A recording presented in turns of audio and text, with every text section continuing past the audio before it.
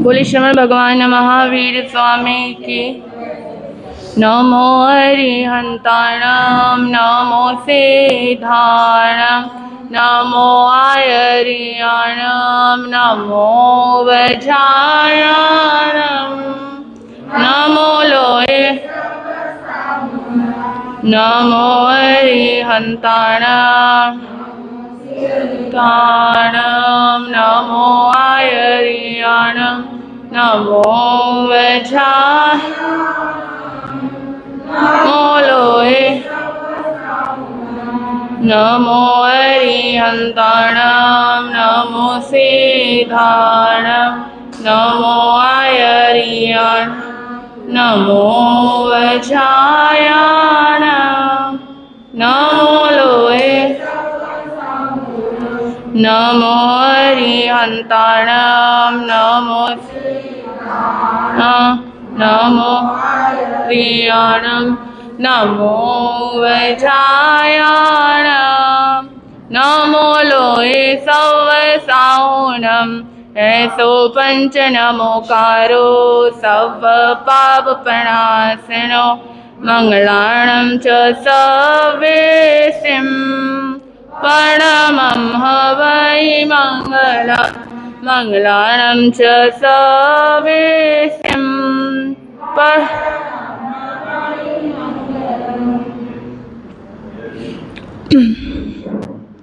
कल्प सूत्र की नित्य वाचनी हम सुन रहे हैं, जिसमें से कल हमारा 12 स्वप्न, जिसमें त्रिशला रानी ने विमान का स्वप्न देखा था। आज 13वां स्वप्न रत्न राशि। भावार्थ, 13वें स्वप्न में त्रिशला रानी ने दिव्य रत्नों का एक समूह देखा। वह रत्नों की राशि पुलक, वज्र, हीरा, नीलमणि, सपस्क, ककेकन, लोहिताक्ष, मरकत, मसारगल, प्रवाल, स्फटिक, सौगंधिक, हंसगर्भ, अंजन, चंद्रकांतादि श्रेष्ठ रत्नों द्वारा पृथ्वी पर रहते हुए भी अपनी कांति से गगन मंडल को प्रकाशित करती थी। रत्नों का वह समूह मेरु पर्वत के समान ऊंचा था। 14वां स्वप्न अग्नि।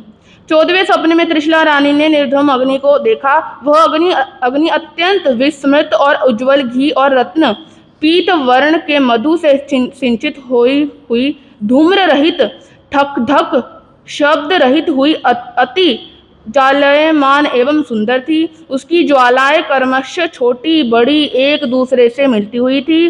वह ज्वालाएं आकाश में ऊंची उठ रही थी, मानो वे आकाश प्रदेश को पचाती सी हो। उस अग्नि की ज्वालाएं अति चंचल थी। तीसरा वर्ग स्वप्न फल।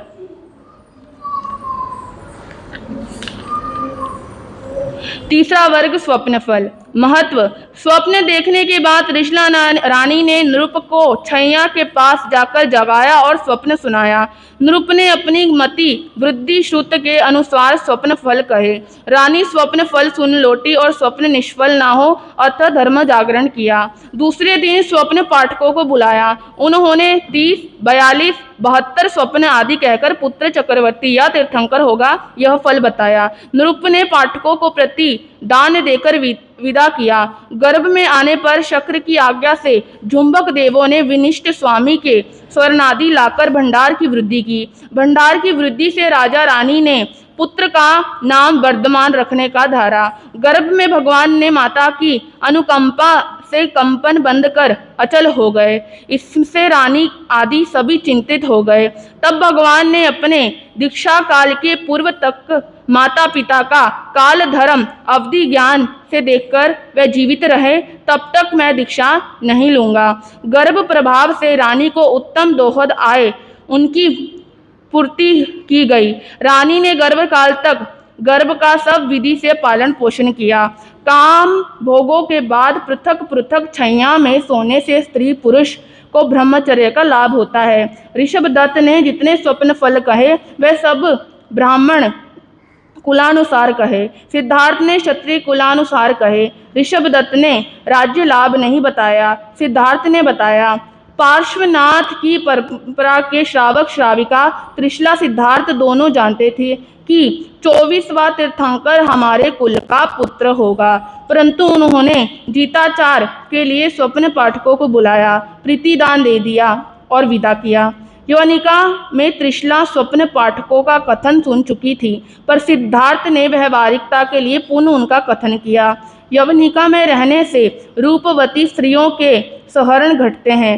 पुत्र का नामकरण चंद्र राशि से भी होता है और गर्भकालीन घटना के अनुसार भी होता है। भगवान जानते थे कि मेरे अस्पंदन से माता को दुख होगा, पर उस निमित्त से उनको अभिग्रह लेना था, अतः वैसा ही हुआ।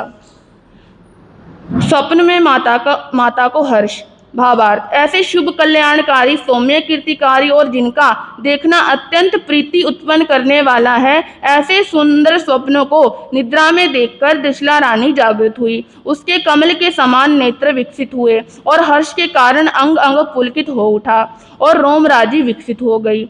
महायशवी अरहंत पुण्यात्मा जिस रात्रि में माता की कुक्षी में आते हैं, उस रात्रि में सभी जिनेश्वर देवों की माताएं ऊपर कहे हुए 14 स्वप्नों को देखती है। निरुप ने पूछा। भावार्थ: तत्पश्चात त्रिशला रानी ने इन उदार प्रधान 14 स्वप्नों को देखकर जाग उठी। उस समय वे बड़ी हर्षित थी, संतुष्ट तथा प्रसन्न चित्त दिखाई पड़ती थी। मेघ की धारा से सिंचित कुटुंब कुसुम के समान उनके शरीर में रोमराजी विकसित और पुलकित हो गई थी। वह उन स्वप्नों को क्रम पूर्वक स्मृत करने लगी। तब छैया से वह उठी और पाद पीठ के नीचे उतरकर एवं सुस्थिर चित्त से काया की लल्पता, रक्ष्मल विलंब आदि से रहित राज हंसनी के समान गति से चलती हुई जहाँ छैया ग्रह और जहाँ सिद्धार्थ राजा थे वहां आई और उसने सिद्धार्थ राजा को विशिष्ट गुणों से युक्त, प्रिय, द्वेष रहित, मनोज्ञ, उदार, मृदुल, कल्याणकारी, समृद्धिकारी, उदर्व नाशिनी, धन लाभ कराने वाली, मंगलकारिणी, अलंकार आदि से शोभा युक्त, कोमल कांत, हृदय काशक, परिणीत एवं मधुर वाणी बोलकर जगाया। राजा को जगाने के बाद उनकी अनुज्ञा से त्रिशला रानी ने अनेक मणिरत्नों से जड़ित एवं मनोहर स्वर्ण के सिंहासन पर बैठी और मार्ग जनित श्रम के नाश से शांत और शोभ रहित हुई।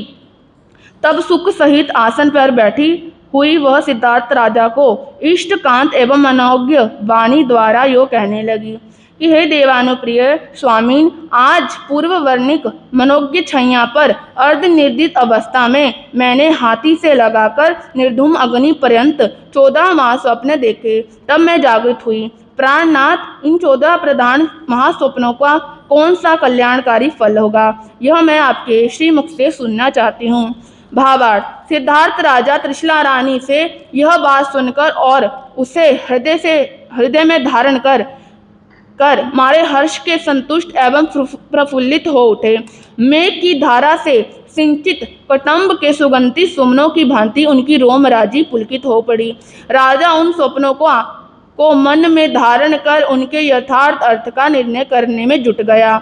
यो विचार मगन हो उसने अपनी स्वाभाविक बुद्धि और विज्ञान बुद्धि से उन स्वप्नों का यथार्थ अर्थ जान लिया। तब वह त्रिशला रानी को विशिष्ट गुणयुक्त, इष्ट मंगलकारिणी, परिणमित, मधुर और अलकार युक्त वाणी से बोलकर यो कहने लगे। हे देवानुप्रिय, तूने जो प्रधान कल्याणकारी, अर्धनिर्धावस्थित, अर्धलाभकारी, आरोग्य, संतोष एवं दीर्घायु के प्रदाता स्वप्न देखे हैं, उनमें परम अर्थ, भोग, पुत्र, सुख, समृद्धि तथा राज्य की प्राप्ति होगी।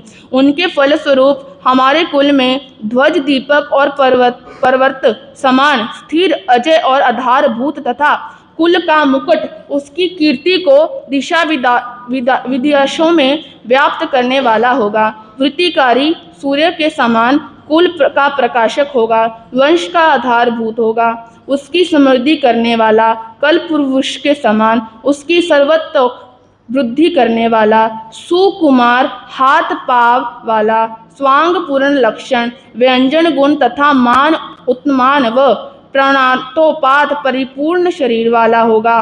चंद्रमा के समान सौम्य मुख वाला,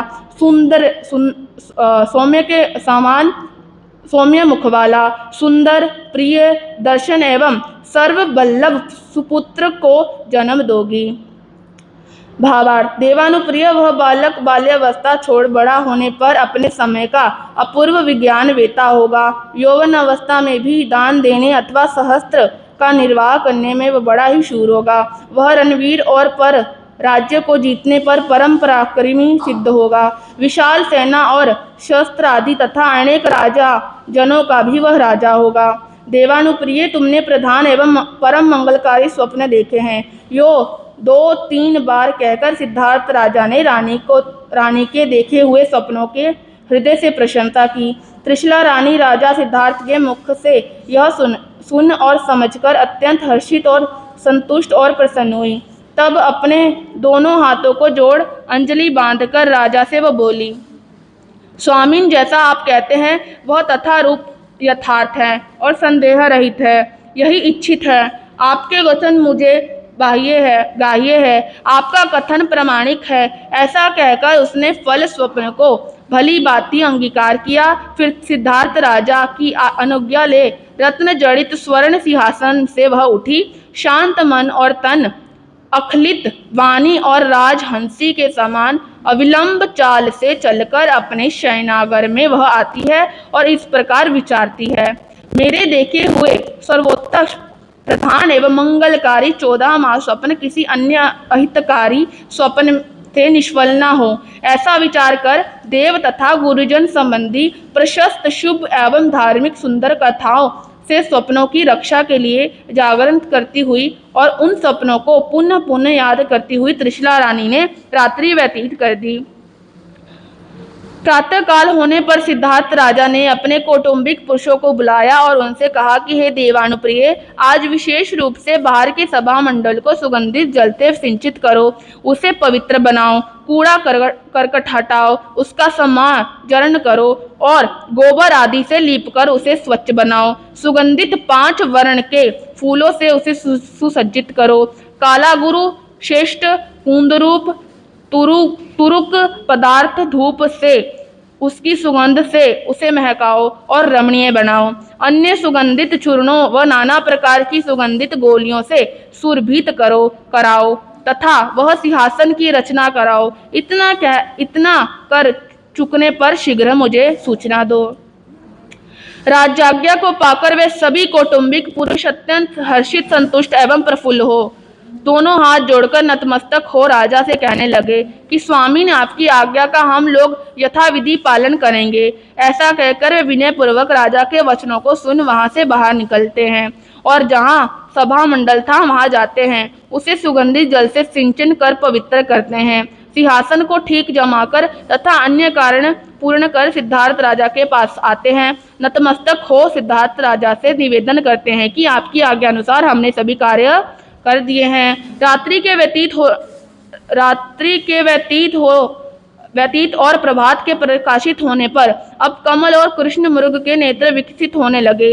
तब रत्न अशोक की कांति के समान लाल किंचुक के फूल, तोते की चोंच, गुंजा का अर्ध भाग, बंधु जीवक और जासू के सुमन, कबूतर के पाव और नेत्र कोयल के कुंद नयन, हिंगलू के पुंज से भी अधिक आरक्त सरोवरस्थ कमल कुल विकासक सहस्त्र किरणधारी दैदित्यमान स्वमरीचि माला से तम तोम नाशक और अपनी नवीन आरक्त आभा रूपी कुकुम से सारे संसार को व्याप्त करने वाले सूर्य के उदित होने पर सिद्धार्थ राजा अपनी छैया से उठे। छैया से उठकर और पादपीठ से नीचे उतरकर सिद्धार्थ राजा जहाँ व्यायामशाला थी वहां गए। उस शाला में प्रविष्ट होकर नाना प्रकार की व्यायाम क्रियाएं की, जैसे दंड बैठक, मुदगर का फिराक, ऊंची नीची कूद, भुजाओं की भीड़, कुश्ती इत्यादि अनेक प्रकार की व्यायामों से थक जाने पर वे अपने शरीर का मर्दन कराने लगे। सैकड़ों औषधियों द्वारा निर्मित व सैकड़ों मोहरों की लागत के शतपाक एवं 1000 औषधियों के रसों से पकाए हुए व हजारों मोहरों के व्यय से तैयार किए हुए सहस्त्र पाक नामक तेलों द्वारा मर्दन उन्होंने करवाया। वह शतपाक एवं सहस्त्र का आदि तेलों का मर्दन 7 धातुओं का समतोल कराने वाला था। जठराग्नि एवं काम प्रदीपक मांसपेशियों का प्रगाढ़ करने वाला था। बलकारी और शरीर के संपूर्ण अवयवों व इंद्रियों को आनंद देने वाला था। मर्दन करने वाले पुरुष भी अपनी कला में बड़े ही निपुण थे। वे स्वयं संपूर्ण अवयवों वाले थे। उनके हाथ पांव बड़े ही कोमल थे। तेल लगाने, मर्दन करने और मर्दित तेल को पुनः निकालने के काम में वह बड़े ही अभ्यस्त थे। अवसर को जानकर शीघ्रता से कार्य करने वाले, अपने संभावी लोगों के विशेषज्ञ, विवेकवान, बुद्धिमान तथा बहुत परिश्रम करने पर भी वे थकते नहीं थे। ऐसे तेल मर्दकों ने चारों प्रकार का सुखकारक अर्थात अस्थि, त्वचा, मांस और रोम को सुख देने वाला मर्दन राजा को किया। यो तेल मर्दन आदि से थकावट रहित होकर राजा सिद्धार्थ व्यायामशाला से बाहर निकले।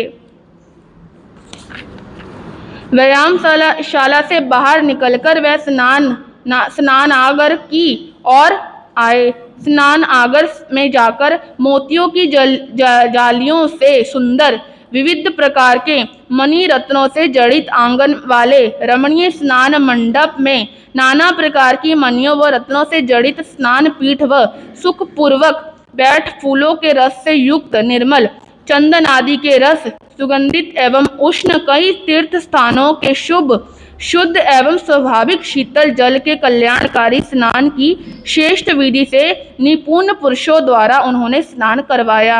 तब भांति भांति के अनेक कौतुकों से युक्त एवं कल्याणकारी स्नान कर लेने के बाद रोएदार मुलायम केशर, चंदन आदि सुगंधित द्रव्यों से सुवासित लाल वस्त्र से शरीर पर विलेपन किया।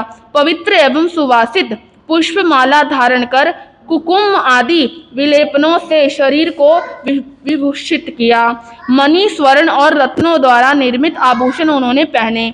हृदय पर 18 9 व 3 लड़ियों के 3 हार, लंबा लटकता हुआ मोतियों का झुंबनक और कमर में स्वर्ण कंदोरा, गले में हीरे माणिक आदि के कंठे और भांति भांति के आभूषण, अंगुलियों में अंगूठियां, रत्न जड़ित श्रेष्ठ स्वर्ण के कड़े, पाउंची और भुज बंद आदि अलंकारों को उन्होंने धारण किया। बालों को संवारकर सुगंधित सुमनों से उन्हें सजाया। वे स्वभाव से ही परम सुंदर थे। फिर कुंडलों की कांति से उनका मुख और भी अधिक चमक उठा। मस्तक पर उनके मुकुट शोभित था। उनका वक्षस्थल मुक्तादि के हारों से ढका हुआ था। अतएव देखने वालों को वो बड़ा ही मनोरम जान पड़ता था।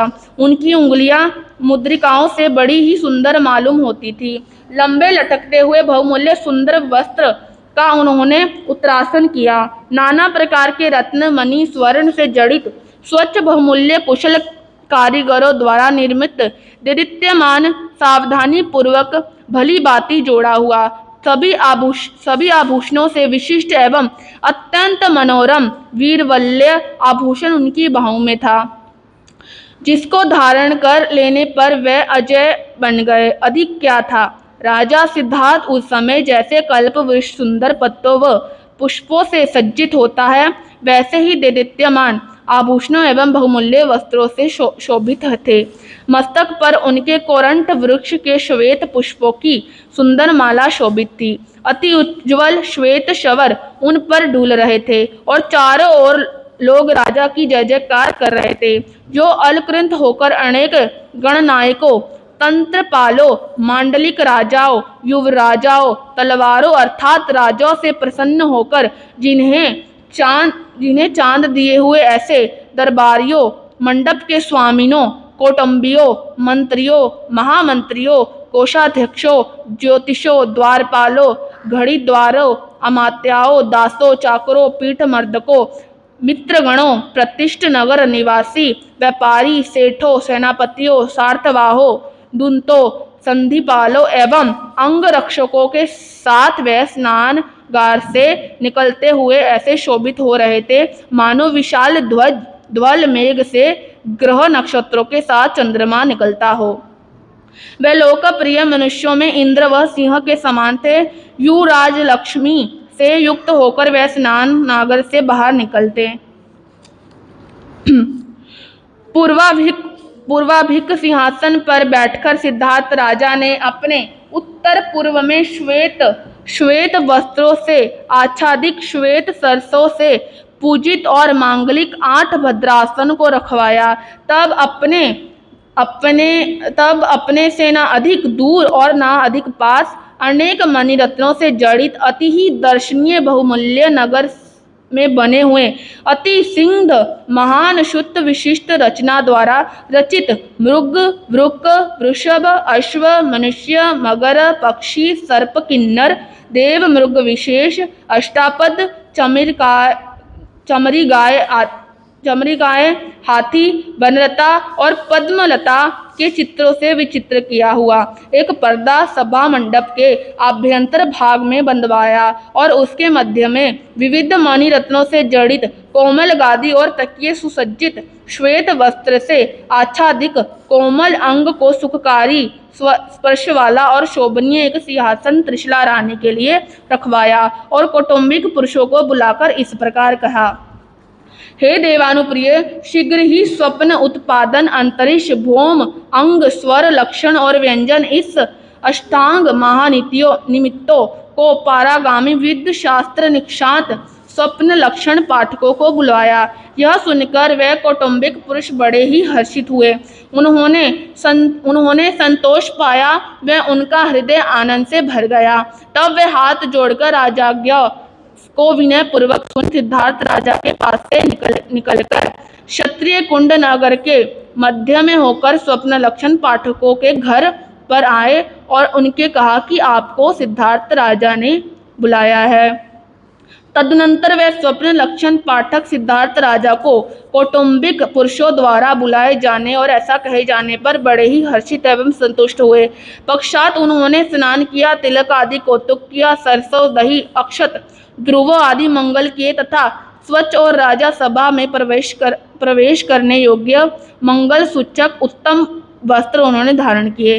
वे स्वप्न लक्षण पाठक अल्प एवं बहुमूल्य आभूषणों से अलंकृत हो मंगल के हेतु सरसों और ध्रुवों को मस्तक पर धारण कर और अपने अपने घरों से निकल क्षत्रिय कुंड ग्राम नगर के मध्य से होकर सिद्धार्थ राजा के सर्वश्रेष्ठ राजभवन के मुख्य द्वार पर आए और वहां सभी परस्पर मिलकर एवं एक को नेता बना सिद्धार्थ राजा के सभा मंडप में जहां राजा सिद्धार्थ विराजमान थे आए और हाथ जोड़कर यो कहने लगे, राजन, स्वदेश और विदेश में सर्वत्र आपकी विजय हो, जय हो, विजय हो।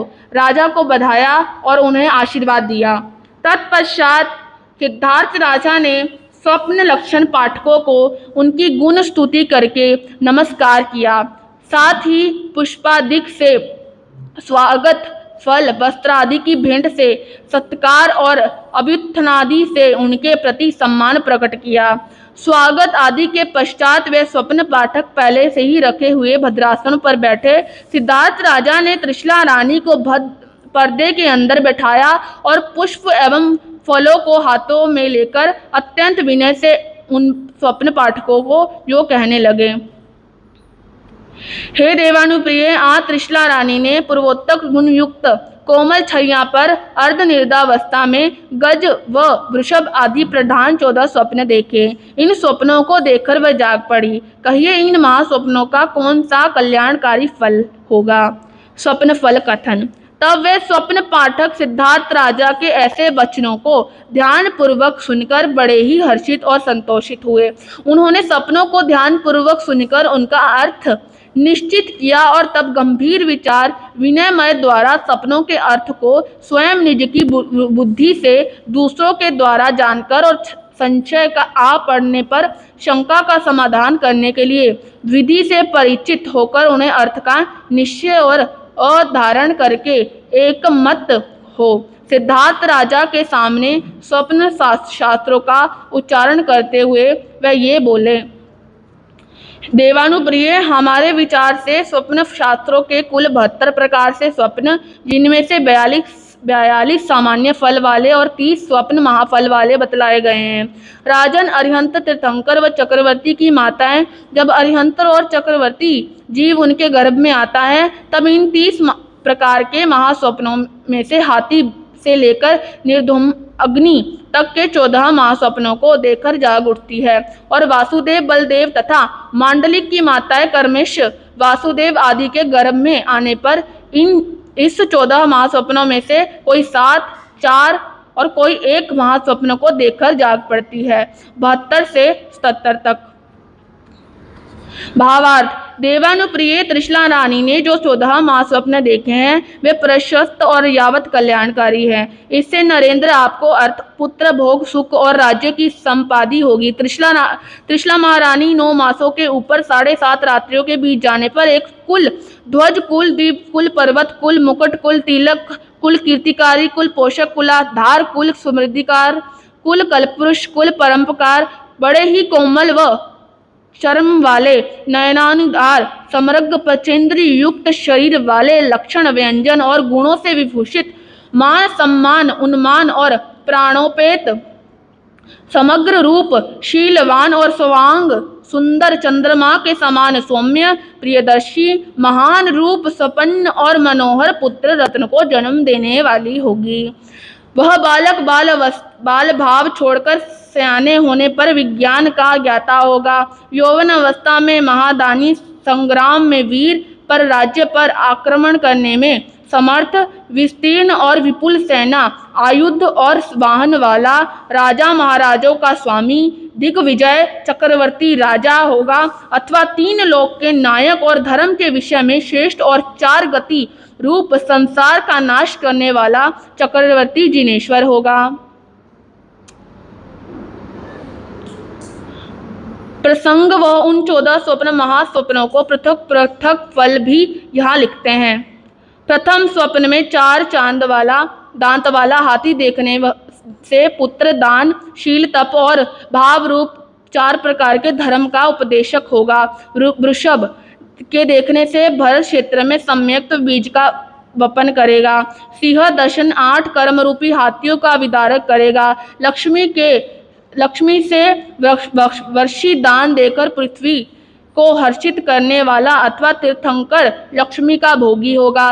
पुष्पमालों के दर्शन से समस्त प्राणी उसकी आज्ञा का निरोधार्य करेंगे। चंद्र के देखने से वह सर्व भव्य जनों के हृदय और नेत्र का आलाकादि करने वाला बनेगा। सूर्य को देखने से उसके पीछे भामंडल दीप्यमान होगा। ध्वज से उनकी धर्म ध्वजा खूब ही लहराएगी।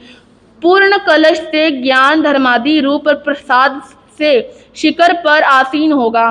पद्म सरोवर के देव रचित अचित स्वर्ण कमलों पर जलने वाला होगा। समुद्र से केवल ज्ञान रूपी रत्न का वह आधारभूत होगा। विमान से वैमानिक देवों द्वारा वह पूजनीय बनेगा।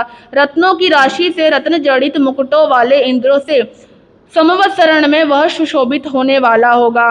14वां स्वप्न, महास्वप्न की निर्धूम अग्नि भव्य जनों की आत्मशुद्धि करेगा। जो इन 14 स्वप्नों का सामुदायिक फल 14 राजलोकों के अग्रभाग में स्थित होगा। देवानुप्रिय महारानी त्रिशला ने जो स्वप्न देखे हैं वे बड़े ही प्रशस्त, आरोग्यवर्धक, संतोषदायक, चिरंतक बनाने वाले हैं, कल्याणकारी तथा मांगलिक है। तत्पश्चात राजा सिद्धार्थ उन स्वप्न लक्षण पाठकों के द्वारा यह अर्थ सुन और समझकर बड़े ही हर्षित एवं संतुष्ट है। करबद्ध हो स्वप्न पाठकों से यो बोले, देवानुप्रिय, जो आपने कहा था वह यथार्थ हो वांछनीय है। आपके वचनों को मैंने धारण किया, उनका अर्थ सच्चा और जैसा आपने कहा ठीक वैसा ही होगा।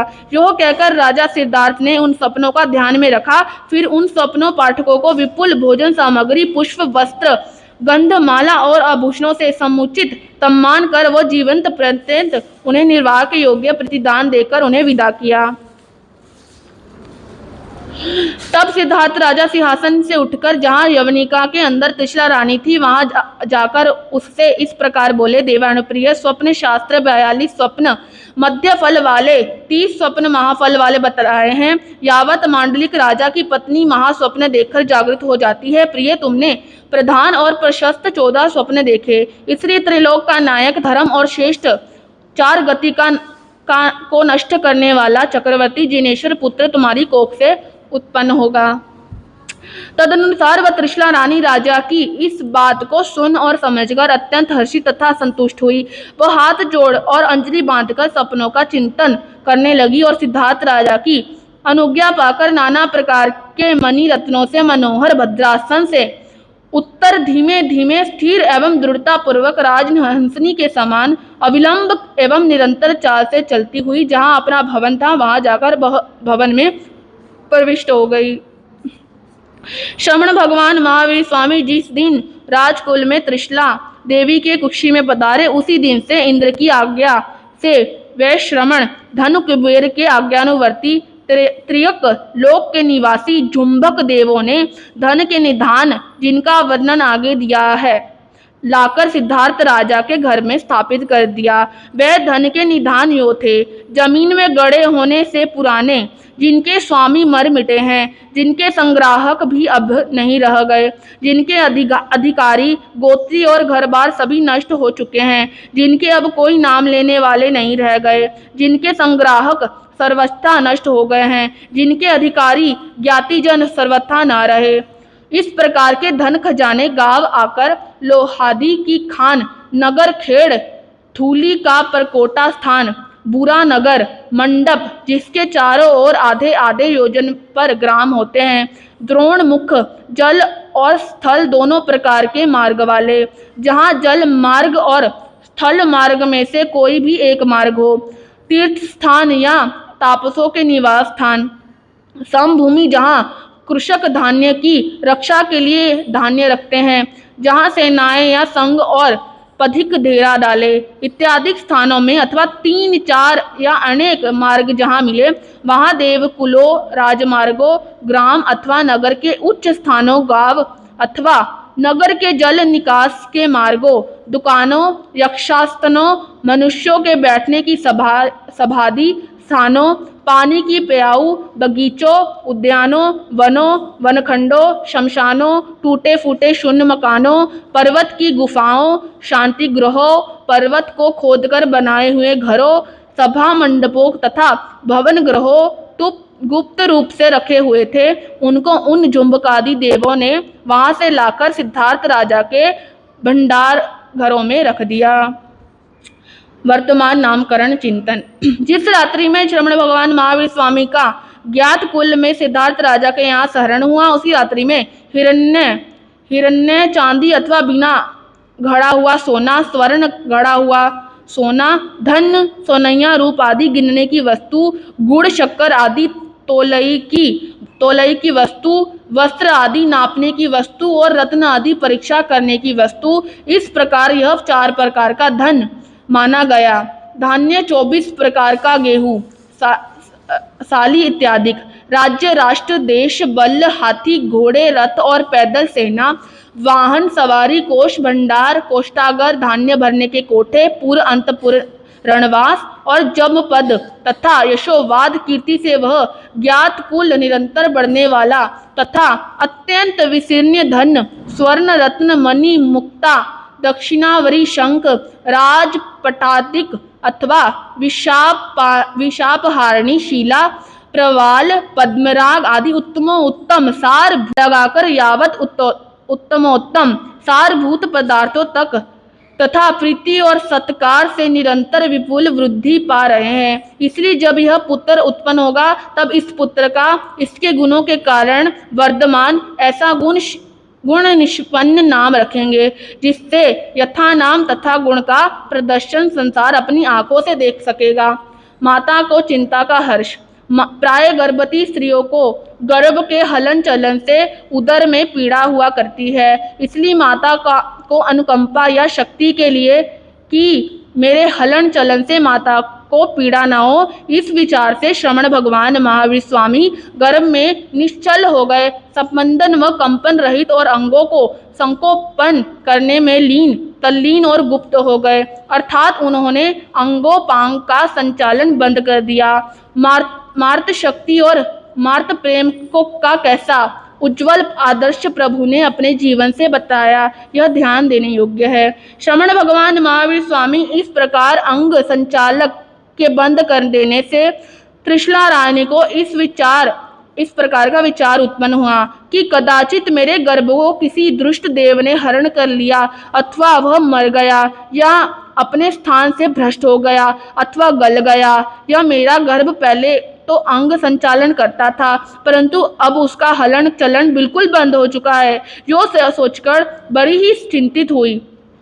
वह गर्भ सहरण के विचार से उत्पन्न शोक रूपी समुद्र में डूब गई। वह हाथी की हथेली पर अपने मुख को रखकर आर्त ध्यान करती हुई विमूढ़ सी बन गई। पृथ्वी की ओर देखती हुई सोचने लगी कि निश्चय ही मैं अभागिन हूँ। जैसे किसी दुर्भागी दरिद्री के हाथ चिंतामणि रत्न नहीं लग सकता, वैसे ही मुझ अभागिन के शरीर में भी पुत्र रूपी निधान नहीं रह सकता इत्यादि। त्रिशला रानी को ऐसे अवस्था में सिद्धार्थ राजा का सुंदर राजभवन, मुंदक, वीणा, ताल और नाटकीय मनुष्यों की सुंदरता से हीन होकर चारों ओर उदासीनता को छितराने वाला बन गया। इस वृत्तांत को गर्भ स्थित श्रवण भगवान महावीर स्वामी ने अपने अवधि ज्ञान द्वारा जान लिया और विचार की मोह की गति ऐसी विचित्र है। मैंने अपनी माता के आराम के लिए अंग संचालन बंद कर दिया था, परंतु वह तो गुण पुष्ट व धातु की भांति दोष की पुष्टि करने वाला विपरीत ही सिद्ध हुआ। ऐसे करने से मेरी माता का दुख उल्टा बढ़ गया। इस प्रकार श्रवण भगवान महावीर स्वामी अपनी माता के ऐसे इच्छित प्रार्थिक और मनोगत संकल्प को उत्पन्न हुआ जानकर एक देश के अंग संचालक करने लगे। यह जानकर त्रिशला रानी अत्यंत हर्षित एवं संतुष्ट हुई। उसके नेत्र और मुख रूपी कमल पुनः प्रफुल्लित हो उठे। उसका हृदय आनंद से विभोर उठा। वह हर्षित होकर कहने लगी कि मेरे गर्भ का हरण नहीं हुआ है, मेरा गर्भ नहीं मरा, स्थानच्युत भी वह नहीं हुआ और ना गला है। यह मेरा गर्भ पहले नहीं हिलता था, अब वह हिलता है। ऐसा कहकर वह बड़ी ही हर्षित हो उठी और विलास करने लगी। त्रिशला रानी को इस प्रकार प्रमुदित देखकर सारा राजकुल आनंदमय हो गया। ढोल मंगल होने लगा। वांछित गीत और नाटकों के राजभवन शोभा देने लगे। सिद्धार्थ राजा अत्यंत हर्षित और कल्पवृक्ष के समान शोभित हुए। तब 6.5 मास व्यतीत होने पर श्रवण भगवान महावीर स्वामी ने गर्भावस्था में ही अपनी माता के प्रगाढ़ स्नेह के कारण इस प्रकार व्यवहारिक अभिग्रह प्रतिज्ञा ग्रहण की कि जब तक मेरे माता पिता जीवित है तब तक मैं मुंडित होकर गृहस्थावास का त्याग दीक्षा अंगीकार नहीं करूंगा। सभी तीर्थंकर ऐसा ही अभिग्रह नहीं करते। भावार्थ। तत्पश्चात त्रिशला रानी ने बलवर्धक व्यायाम आदि कर स्नान किया, कौतुक मंगल किए और संपूर्ण आभूषण धारण किया।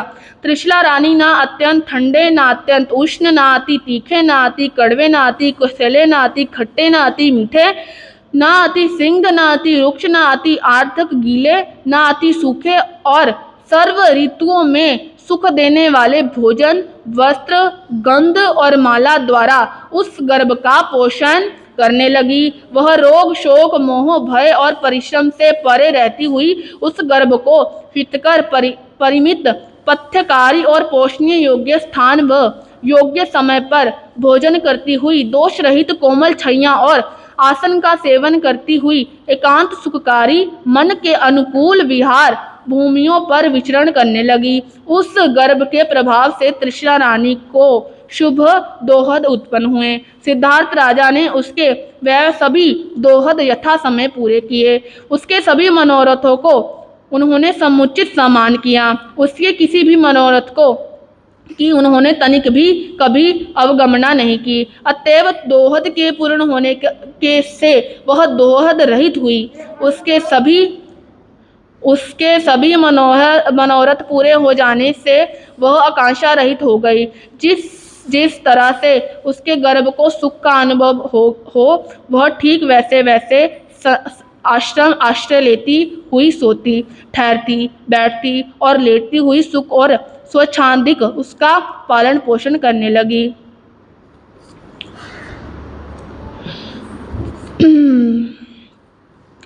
श्री आगमे तिविहे पनते तंजा सुत्ता गमे अत्था गमे तदुपय गमे हे हवा श्री ज्ञान के विषय जम्बा इदम बच्चा मिलियम हिन खरम अचकरम पहीनम वीनहीनम जोगिनम घोषीनम सुठुदिनम दुट्टू परिचयम अकाले को सजो कालेण को सज्जा सच्छायम सच्छ न सच्छायम जो में देव सयारो को तस्म छामि दुक्कड़म।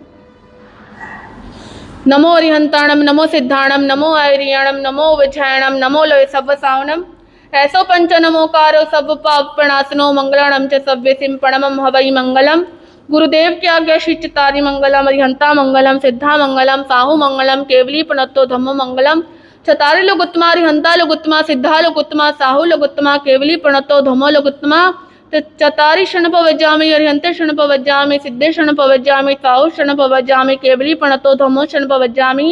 ये चार शरणास्क करना दुख करना मंगल करना आनंद करना आनंद करना।